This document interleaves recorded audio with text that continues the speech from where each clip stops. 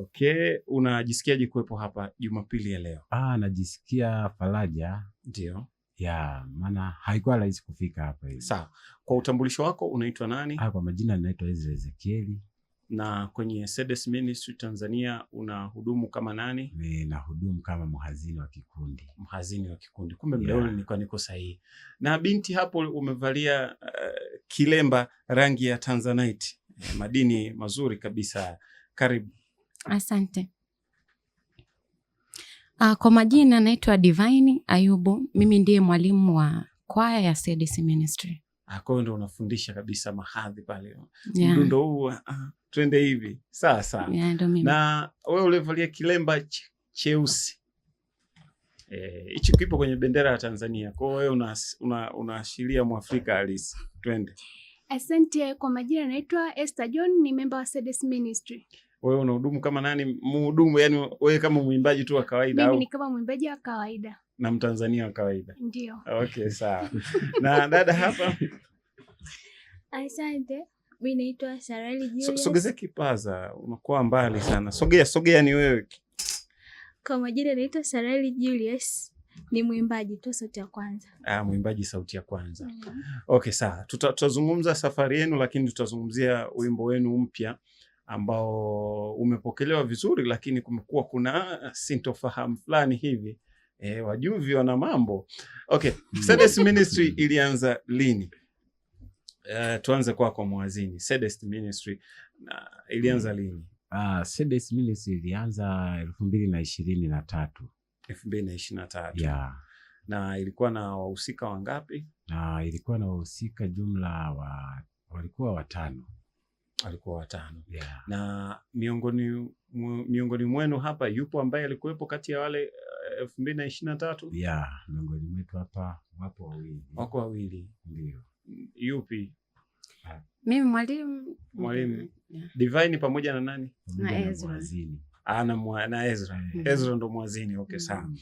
Ilikuwaje? Yani mliundaje mpaka mkaja kuja kuwa na SEDES Ministry? Na SEDES Ministry ina maana gani? Kikundi mwanzoni kabisa tulianza tukiwa watu 3. Tulikuwa watoto wa kike tu. Lakini baadaye tukawa tuna wazo zuri, tukasema kwa nini tusiongeze watoto wa kiume, vijana wa kiume. Hivyo ndivyo tulivyoanza tukiwa 3, baadaye tukaongeza sauti ya 3 pamoja na sauti ya 4. Ndivyo tukatimia watu 5.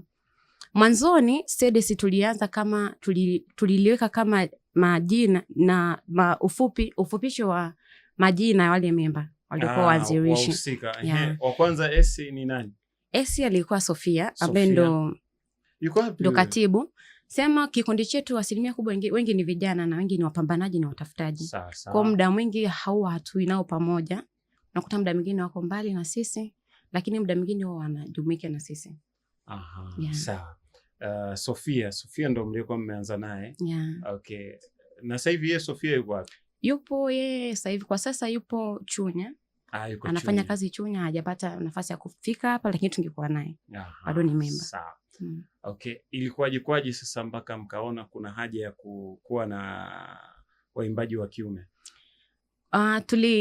Unajua uimbaji huwa tunaangalia ile ladha. Tuliona tukiongeza ladha, maana tulikuwa tunaimba sauti 3. Tukaona ni vizuri tuongeze sauti ya 4. Na ukiangalia watoto wa kike ilikuwa ni ngumu sana kuimba sauti ya 4. Tukapendekeza ni vizuri tuongeze watoto wa kiume, ili tuweze kupata zile sauti tunazozihitaji na pia uimbaji uweze kuwa vile tunavyohitaji. Mimi kama mwalimu niliona ni vizuri tukiweka sauti ya 4 pamoja na sauti ya 3 ya kiume itapendeza zaidi kuliko tunavyoimba vile wachache pia. Na wote wakati mnakutana mlikuwa mnasali kanisa gani au mlikuwa mnasali makanisa tofauti? Tulikutana wote tunasali Yela. Yeah, kwa sababu wote tulikuwa wanafunzi mwanzoni tunakutana. Okay. Yeah. Na wanaume walianza kushiriki lini sasa kwenye SEDES Ministry? Ilikuwa mwaka huo 2023. Kwa sababu ilikuwa kipindi kifupi sana, ilikuwa kama miezi 2-3. Tukapata wazo la kuongeza watu wengine. Na D ni nani? SEDES Divine. Ndio wewe. S nyingine au ni Swaga? Salim. Yeah. Salim wa kiume. Wa kiume. Yeah. Huyu ndo alikuwa mhusika wa kwanza kabla Yeah. ya Mwamba hapa. Ezra alikuwemo pia Sedes. Ezra alikuwemo. Yeah. Ndo ile Sedes. Yeah. Aha, sasa nikajua jina fulani hivi la Kiebrania au baadaye, lakini tulivyoendelea kukaa tukawaza, kwa sababu tulikuwa tuna mpango wa kuongeza watu wengine.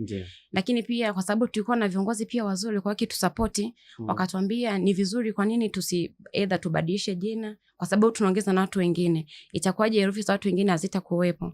Lakini tukaona ni vizuri. Yeah, tukaona ni vizuri, wakatushauri, na tulivyoshauri tukaona tukibadilisha ile jina Sedes ni kama tunaanza upya tukitafuta jina lingine kabisa. Tukasema ni vizuri kwa majina haya kwa jina hili Sedes tuanza tukaitafutia maana nzuri pia, hivyo tukapata maneno ya Kiingereza. Kwa Sedes pia. Kwa mkasema tubaki na jina lile moja, lakini maana nyingine. Yeah. Na mazoezi mlikuwa mnafanya vipi sasa kwa mara ya kwanza? Mazoezi tulikuwa tunakutana, tuliweka ratiba nzuri kwa sababu wengi walikuwa ni wanafunzi na wengine walikuwa ni wafanyakazi. Huwa tunakutana siku ya Jumapili tunafanya mazoezi, lakini pia muda mwingine huwa tunafanya mazoezi nikitengeneza nyimbo huwa nawatumia WhatsApp, wanafanya mazoezi tuseme online. Kwa unatuma mahadhi kabisa, bwana hii nyimbo inaimbwa hivi, imeandikwa hivi. Na maono yako wewe katika kuandika, unakuwa unasoma sana neno la Mungu au Roho wa Mungu anakuongoza katika kuandika tungo na kutengeneza tungo ambazo ni za kipekee? Of course tuseme namshukuru Mungu kwa sababu kuna wakati huwa nasoma, lakini pia hata nikiwa kanisani ikitokea either mhudumu amehubiri vizuri, nimependa somo lake, wanatia. Sasa nani Esther? Ndio. Esther, karibu. Esther, wewe ulijiunga lini na Sedes Ministry Tanzania? Mimi sina muda sana katika Sedes, nimejiunga ni mwaka huu tu. Mwaka huu? Yeah, ndo nimeanza kuwa mwimbaji wa Sedes Ministry. Tangu umejiunga, kitu gani ambacho kimekubadilisha kwa namna moja au nyingine? Vitu vingi vimebadilisha. Kwanza nilikuwa sio mwimbaji sana, lakini mwalimu amenitengeneza. Nimekuwa mwimbaji. Yeah. Sasa. Ndio. Kwa sasa hivi wewe unaimba sauti ya ngapi? Naimba sauti ya kwanza. Sauti ya kwanza. Ndio. Sasa. Na wewe nyimbo gani kutoka kwa Sedes ili kuvutia ukawa umeipenda? Labda mna nyimbo nyingine ambazo hamjazitoa, lakini kuna ile nyimbo ambayo uliipenda moja kwa moja. Kuna wimbo ambao niliupenda moja kwa moja ambao unaongelea kwamba watu badala ya kuvuta waumini kanisani wanawaacha waumini wanapotea kwa sababu ya umbea. Mambo ya umbea. Ndio. Fulani kavaa vibaya, fulani anamsema fulani. Ndio. Nafanyaje nyie? Okay, sawa. Unaonaje sasa wewe kama kipawa chako, unaona unakuwa kutoka hatua moja kwenda nyingine? Ndio, naona anakuwa kutoka hatua moja kwenda hatua nyingine. Kwa hiyo ulivyo jana na leo umeona mabadiliko au unaona kama bado kuna kiwango unatamani nifikie? Sawa, naona kuna kiwango bado natamani nifikie. Lakini naamini kushirikiana na mwalimu wangu nitafikia. Mwalimu anakuwaga mkali sana au ndio ile kawaida? Amna, kawaida ipo hivyo. Wakati tukua kwenye utani, tutakuwa kwenye utani. Tukua kwenye mazoezi, lazima tuwe serious na kazi. Ukiwa kwenye mazoezi, mnamakinika kwenye kazi. Ndio. Kwako dada, wewe ulijiunga lini na ilikuwaje ile shauku ya ndani?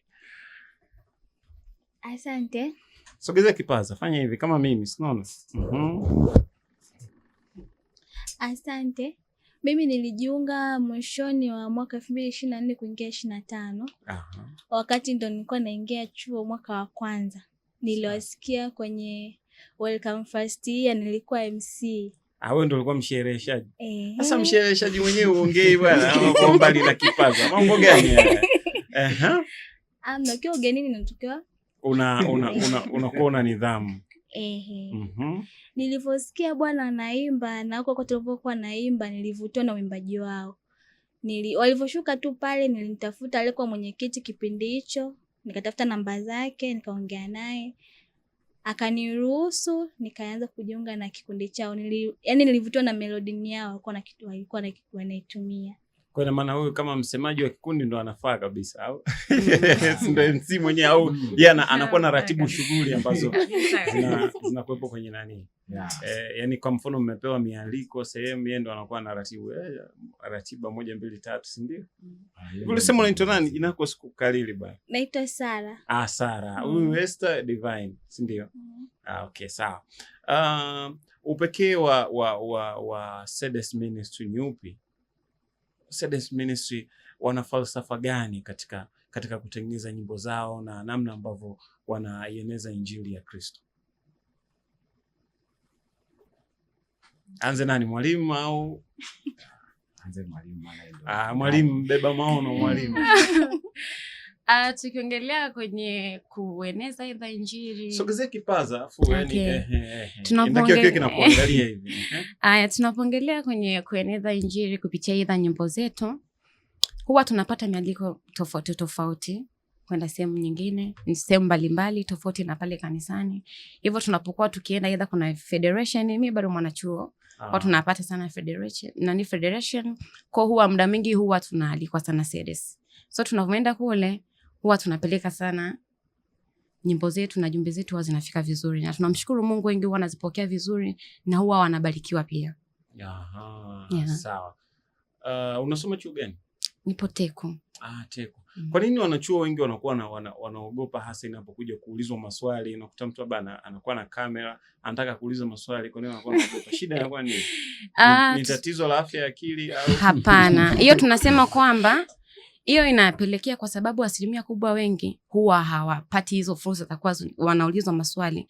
Ndio inapelekea ile mtu kutokujenga ujasiri. Kutokujiamini. Lakini ingekuwa ni muda wote tunaulizwa maswali, wanachua nini, mambo ingekuwa mazuri, singekuwa nasumbua. Ukuta mtu kimuuliza maswali anakimbia, wengine wanakimbia kamera. Kwa sababu hajazoea.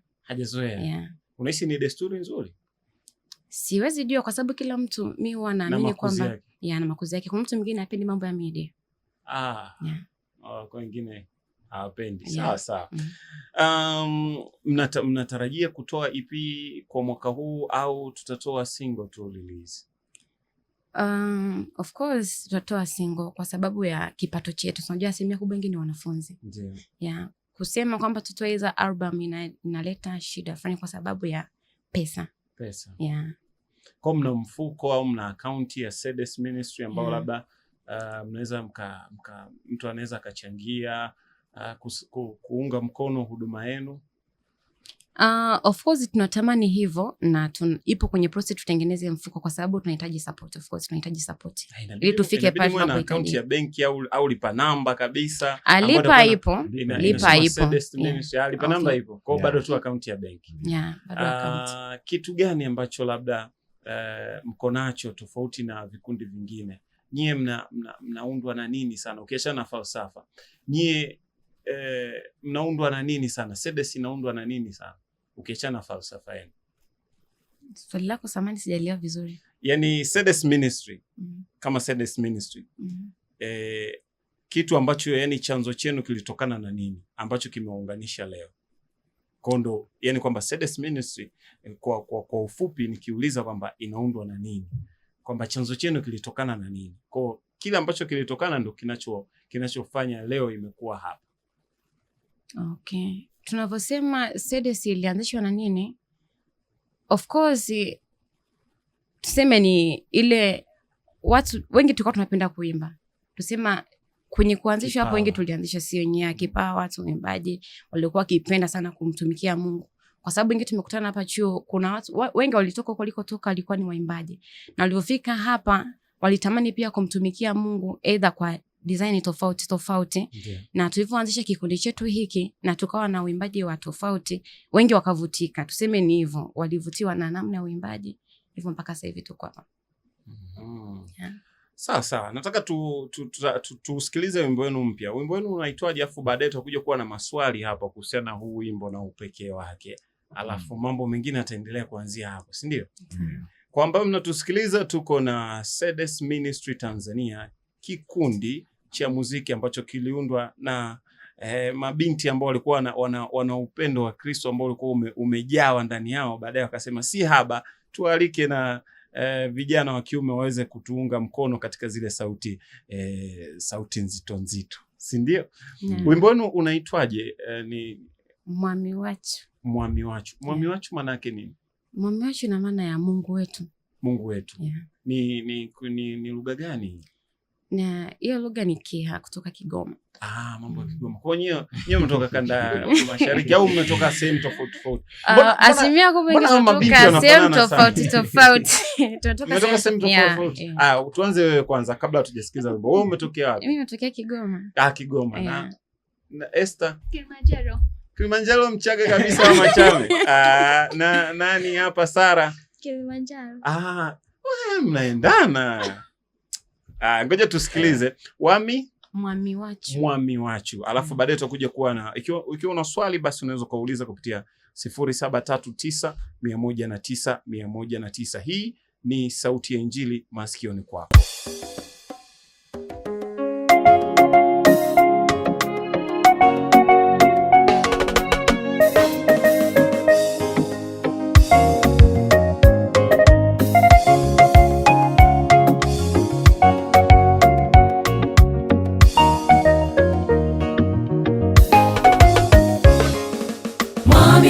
Chuvyo ya dukoreye navyo nivishi viza umwakura tanguye tukababanagana kubona ukuboko kwage kuwa mwami haliho abeshi bafuye yamabata tukariko turakomeye niko duhomba gushimira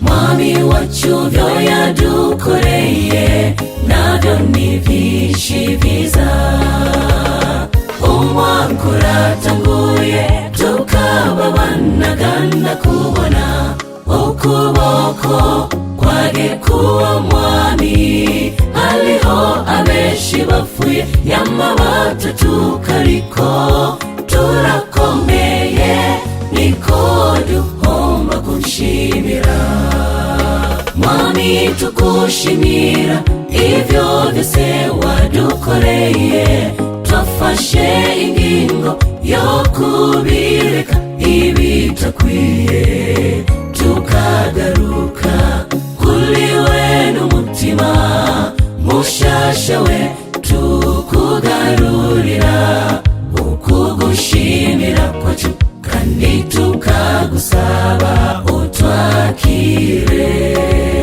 Mwami tukushimira ivyo vyose wadukoreye twafashe ingingo yo kubireka ibitakwiye tukagaruka kuri we n'umutima mushasha we tukugarurira ukugushimira kwacu kandi tukagusaba utwakire Mwami Wachu. Okay. Mwami Wachu. Ilitokana na nini hasa? Nilikuwa nasikia nahisi niko Kigali kule Rwanda. Hiyo ilitokea kipindi fulani, tunajua kuna machafuko kidogo yalitokea. Kule Rwanda. Hapa Sawa. Sio Rwanda. Tanzania hapa. Hivyo nilikaa mwenyewe nikafikiria kwamba ukiangalia memba wote SEDES tu hai tupo. Ya familia zetu hamna aliyepata changamoto yoyote. Sawa. Of course tuseme ni jambo la kumshukuru Mungu. Na nakumbuka siku hiyo watu tulikuwa kanisani. Ni jambo sana lililonifurahisha sana.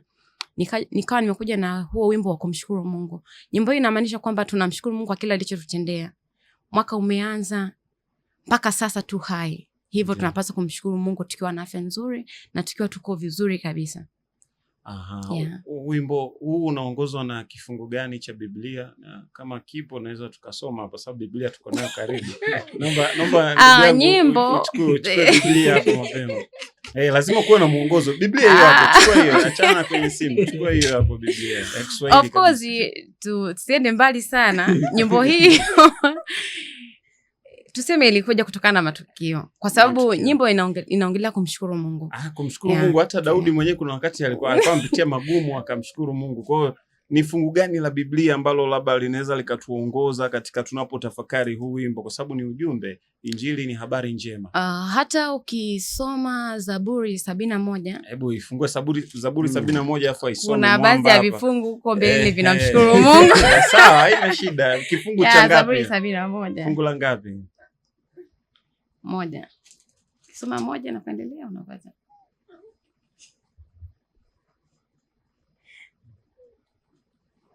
Okay, karibu kaka. Yep, Zaburi 71 mstari wa kwanza inasema. Sogezea mic hapa. Inasema kwamba nimekukimbilia wewe Bwana, nisiaibike milele.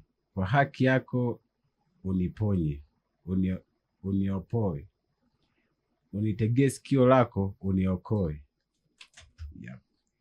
Inaweza kuendelea. Inaweza kuendelea. Fungu la 3 anasema, uwe kwangu mwamba wa makazi yangu. Nitakakokwenda siku zote. Umeamuru niokolewe.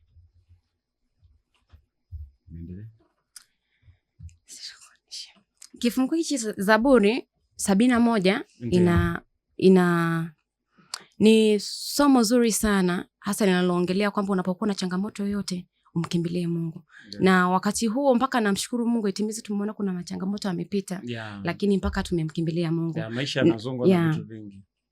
Na ukiangalia hapa inasema kwamba nimekutegemea wewe tangu kuzaliwa, ndio uliyeniokoa tumboni mwa mama yangu. Ninakusifu wewe daima. 71 mstari wa 6. Sawa. Ndio maana wimbo ukiangalia wimbo unasema kwamba umeturinda. Mpaka sasa tu hai. Toka tunazaliwa, lakini mpaka sasa unatulinda. Umetuepusha na mambo mengi. Hivyo tunapaswa kukushukuru. Ilikuchukua muda gani kuanza kuandika wimbo huu mpaka ukaja ukawashirikisha wana kikundi wa Sedes Ministry? Of course haikunichukua muda sana, kwa sababu ni kitu ambacho nilikipitia. Ni kama tuseme ni feelings hisia ilionifanya nifanye mpaka niandike nyimbo hii. Kwa ulikuwa na msukumo wa kihisia kuandika wimbo huu. Kwa nini maana ulikuwa unalia au ulikuwa? Of course ni jambo la kumshukuru Mungu, nilikuwa na furaha sana. Umejawa na bashasha, limejaa mpaka pomoni. I say. Nilikuwa na furaha sana. Sawa. Sasa mpaka kuwashirikisha wenzako mpaka wakaweza kuimba katika namna ambavyo ulikuwa unataka, ilichukua muda gani mchakato mzima mpaka mkaja mkakamilisha? Of course ilichukua muda mrefu sana, kama mwezi mmoja. Vizuri kabisa. Wewe kwako kaka, jina nimekusahau. Jina naitwa Ezra Zeki. Ezra, bwana Ezra, wewe lipi hasa ni shairi pendwa sana katika huu wimbo wa Mwami Wachu? Si ndio?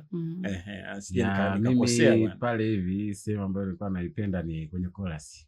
Kwenye chorus. Inasemaje? Inasema Mwami tukushimira. Mwami tukushimira vyose.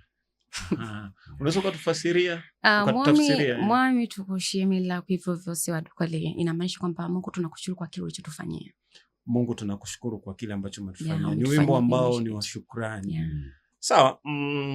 Naona wasikilizaji wangu hapa wanasema unaonaje huu ukawa ni wimbo wa wiki? Sawa. Hapa tunakuwa tuna wimbo wa wiki kila Jumapili. Kwa Mwami Wachu, wadau wanapendekeza hapa kwamba uwe ni wimbo wa wiki. Na wewe kwako mwalimu, lipi hasa ni shairi lako pendwa sana? Yani ukisikia kuna ile unapata msisimko, ushapata msisimko, vinywele vinasisimka. Sasa muziki wewe unaletaga hayo matokeo. Ukisikiliza shairi gani hapo, yani wewe vinyweleo vinasisimka, mwili unasisimka kabisa yani? Ninafurahia sana pale ninaposema haliho benshi bafoye. Maana yake wapo wengi wamepoteza maisha yao. Hebu izungumze kwa utaratibu tusikie vizuri. Yaani kama ulikuwa unaongea Kichina, ashishie. Hiyo hapo ni lugha yangu, ndio maana naongea sana, nipo flexible sana. Uwe vizuri, haina shida, hamna mtu anakuzuia. Hebu irudie tena, yani tumependa, yani ni kama ulikuwa unatuimbia kitu. Tunasema haliho benshi bafoye. Kwamba wapo wengi wamepoteza maisha yao, ni sisi bado tungali hai. Kweli. Tunakushukuru sana. Na kwako nani? Esther. Wewe lipi hapa shairi lako pendwa wewe yani? Ambalo wewe nani unasema hivi ni mimi huyu nilipita humo, alikuwaje kwaje? Mimi katika wimbo wa Mwami, shairi langu pendwa ni kuna sema ambapo tumetafsiri ambapo ni ubeti wa pili. Kwamba Mungu wetu aliotutendea nayo ni mengi mema. Inakupa tafakuri gani kupitia? Inanipa tafakuri kwamba kweli Mungu wetu anatutendea mambo mengi na makubwa, kwa sababu tuliona yaliyotokea mwaka jana, lakini sisi bado tumebaki tungali hai, tu wazima, tuna afya tele. Kwa Mungu wetu bado anazidi kutupigania. Kwa inakupa faraja. Inanipa faraja, ndio. Aya, Sara sasa kwenye ubora wake. Asante. Mimi nimependa wimbo mzima. Wimbo mzima. Kwa mara ya kwanza umetoka wimbo uliusikiliza mara ngapi kwenye playlist yako? Yaani sema sijui haina idadi. Haina idadi. Nafurahi tu vile unavyosikiliza. Kuna mrejesho wote mlivyoupata wimbo huu baada ya nyie kuutoa? Mrejesho wa watu ambao walikuwa wameusikiliza wimbo walikuwa na ushuhuda gani? Walijua nyinyi ni wa Tanzania? Lakini pale Stedes Ministries, Wanyarwanda wanaishi Tanzania, wana uraia wa Tanzania, imekwaje? Of course watu wengi walibarikiwa sana. Sana. Ya tulikuwa tukiangalia hata comment, wengi wanasema mbarikiwe ufike mbali. Kwa ulipata mrejesho mkubwa sana. Tunaweza tukazungumzia na changamoto pia? Sababu kwenye maisha tunaangalia uzuri na ubaya. Changamoto pia zipo. Changamoto gani kwenye wimbo huu ambao wasikilizaji wamependekeza huo ni wimbo wa wiki? Kwa hiyo ina maana wiki ijayo kutakuwa kuna kura nyingi sana hapa, watu wakipendekeza Mwami Wachu huwe ni wimbo wa wiki. Unaweza ukawa ni wimbo wa kufungulia pia wiki ijayo, mambo yakawa mazuri. Tuendelee. Kwenye changamoto labda uniulize swali vizuri. Ni swala la uongozi, ambao hatuwezi kuliongelea hapa. Lakini mnatarajia nini kupitia huu wimbo? Tunatarajia makubwa sana. Na wakati mna rekodi kuna changamoto ilitokea, kuna mtu alikosekana kwa wakati, au kuna mtu mlikuwa mnamsubiri akawa uongo ukawa mwingi? Hapana, yani mimi niseme kwamba kwa nyimbo hii hata nilivyoitengeneza yani ule mpokeo ulikuwa mkubwa sana. Mrejesho. Ule mpokeo kwanza ulikuwa mkubwa sana. Kila mtu alitamani awepo siku hiyo ya kurekodi. Awepo. Kwa sababu ulikuwa na utukufu wa namna yake. Wengi waliupokea vizuri na wengi walitumia nguvu kubwa sana, kwa sababu lugha sio sio lugha sio lugha mama ya kwao. Kila mtu ana lugha mama ya kwake. Asilimia kubwa nilikuwa mimi peke yangu nifahamu lugha hiyo. Kwa hiyo ilichukua muda mrefu na wengi walitumia nguvu kubwa mpaka kukalili namna kutamka maneno. Ukawa unawaelekeza, wanakula na viboko. Kwa katika mchakato wa kurekodi ulichukua lini? Ulichukua muda gani? Ni siku moja tu. Siku moja?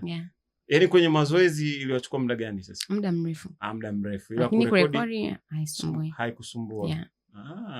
Okay, sawa. Au ni Stedes Ministry Tanzania, wimbo wao huu. Kwa hiyo msikilizaji ambaye umependekeza huo ni wimbo wa wiki, basi hivyo tunaupa baraka zote kuwa ni wimbo wa wiki. Wimbo tutaupata kwenye majukwaa ya kidigitali kwa kuanzia lini? Ila watu wataendelea kusikiliza kupitia Access FM. Hiyo ipo kwenye mchakato.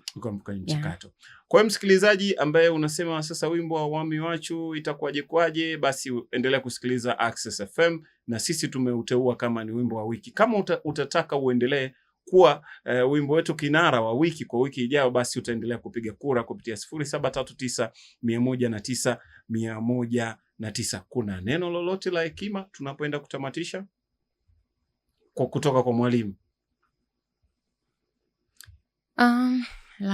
La kusema zaidi, tunawashukuru sana kwa wote ambao wametumia muda wao kutusikiliza sisi, lakini pia tunazidi kuwashukuru sana kwa kila yeyote ambaye anawiwa pia kutusapoti sisi. Tunamkaribisha sana, tunahitaji sapoti sana. Sisi kama Stedes tunatamani kufika mbali. Tunatamani kutoka hapa tulipo tufike mbali, lakini tunahitaji sapoti ya watu ambao wanabarikiwa kutusapoti sisi.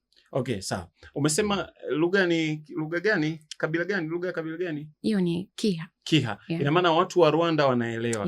Watu wa Burundi wanaelewa, wa Burundi wanaelewa. Kwa ni wimbo wetu bora kwa Afrika Mashariki. Nadhani Mungu aendelee kuupa kibali uendelee kusikika zaidi. Ukiwa ni wimbo wetu wa wiki, sisi tutaangalia namna gani tunaweza tukafanya, tuone itakuwaje kwaje, lakini sisi umefika hapa, umefika sehemu salama. Kwa mtu ambaye anahitaji kuunga mkono huduma yenu, anawapata kwa mawasiliano yapi rasmi, hasa ambaye sasa nani mhazini kwako mhazini, sasa wanakupateje mhazini? Watu wanataka ratiba nini, watu wanataka uende ukahudumu kanisani huko. Watu ukiwa natuhitaji, tunapatikana kwa namba. Sogeze kipaza. Tunapatikana kwa namba za simu, mtandao wa Yasi, ndio ambayo namba yenyewe ni 0772835854. Hiyo namba tena kwa utaratibu. Tunapatikana kwa namba ya 0772835854. Basi wimbo wetu wa wiki kupitia Gospel Voice ya 101.9 Access FM ni Mwami Wachu kutoka kwa Sedes Ministry Tanzania.